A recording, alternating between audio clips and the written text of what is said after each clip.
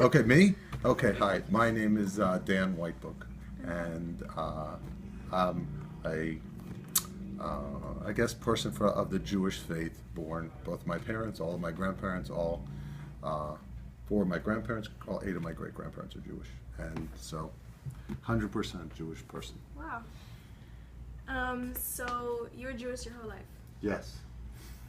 Were your parents hard on you when you were growing up, like to like say strict? Um, the there's different there are different like sectors of Jewish people. Like I'm sure you've seen, there's the Orthodox Jewish, where they have different groups of those gonna ask you people, that later. where they have like the black hats, like super religious people, and then there's conservative, which are people like in the middle, and then there are people that are reformed that are doing less and less of the traditional things.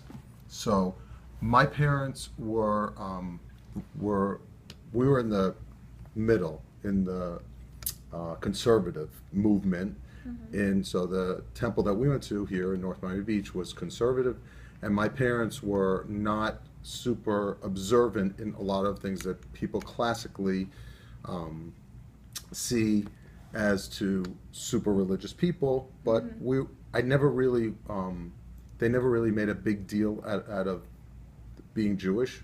Just so happened that the neighborhood that I grew up in, everyone was Jewish, so it wasn't really an issue. So, so do you celebrate a lot of the holidays and you fast and stuff? We celebrate all of the holidays, but me personally, I have fasted on some of the holidays, but it depends on to what level. Like some people, there's a bunch of holidays that most people don't know that people are fasting all the time. It's probably like 7 fasting holidays, but most Jews only will fast. The ones that do fast only fast for Yom Kippur, which is the holiest day. But there's different like fasting on Tisha B'Av and other Jewish holidays, like when they destroy the temple. So there's different ones depending on how observant or religious you are. And which one is most meaningful to you? Which holiday? Yeah, like which one do you like look forward to? I look forward to Passover because it's kind of like Thanksgiving. You get the whole family together, and you remember when you were like with your grandparents. I really think about my grandparents a lot, and I used to sit next to my grandfather, and the whole family was together, and that's probably the one I like the best.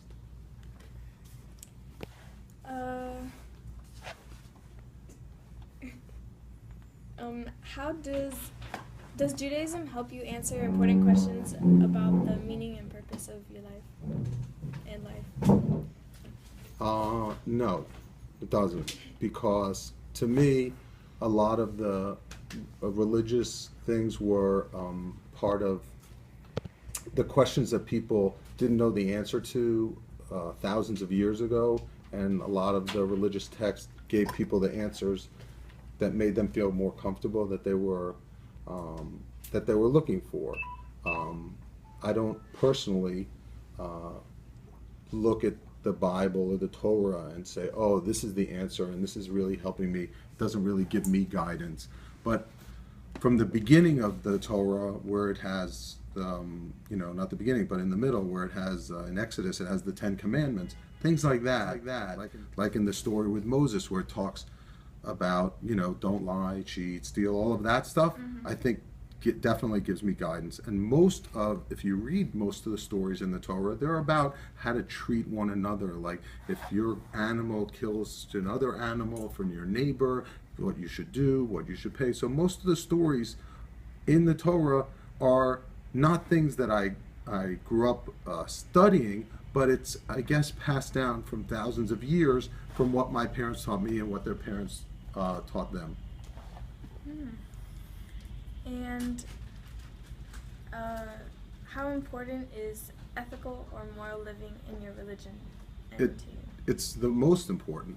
Most of the things that are described in the Old Testament are how to treat each other and how to deal with mankind. That's what most of the books are about. Hillel was one of the Jewish scholars, and they challenged him to sum up the whole Old Testament, which was the Bible, the Torah, in one sentence, and he said, "Do unto others as you would want them to do to you." So it's kind of similar to the New Testament Bible. Let's just say that that was said many years later by Jesus, because Jesus was Jewish and learned a lot of the things from the Old Testament, and some of the things maybe he had different ideas about, but he still was somebody who grew up and was born Jewish and was bar mitzvahed and lived a life of a Jewish person. So a lot of the things from Christianity originally stem from Judaism. And do you ever wear a yarmulke? Of course, when I go into synagogue, I wear a yarmulke. You don't wear it like every day? I do not wear it every day.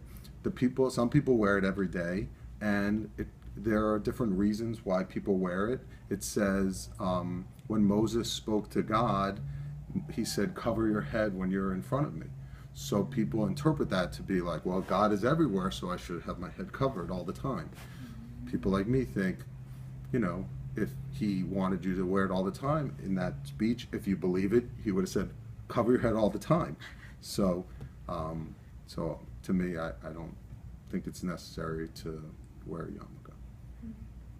Which is where your conservative Judaism comes in. Yes, but I'm not somebody who specifically believes in, like, not everybody believes the same thing. There are people that are Orthodox that have different beliefs of other Orthodox people, and there's people that are conservative that have other beliefs.